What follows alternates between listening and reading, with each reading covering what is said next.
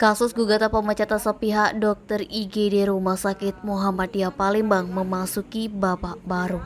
Sebelumnya, dua orang dokter jaga IGD RSMP yakni Dr. Ferianto dan Dr. Puri Sulistiowati pemecatan sepihak oleh manajemen RSMP lantaran dinilai melampaui kewenangan menutup IGD saat terjadi bencana pandemi COVID-19 tahun 2020 silam.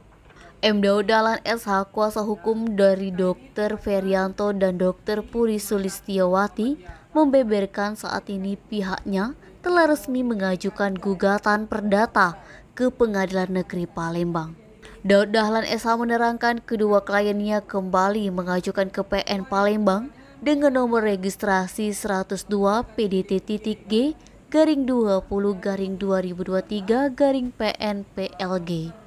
Dikatakan Daud, pada gugatan sebelumnya di Pengadilan Hubungan Industrial PN Palembang menggugat RSMP untuk mencabut SP3 dan telah terrealisasi dengan memenangkan gugatan tersebut.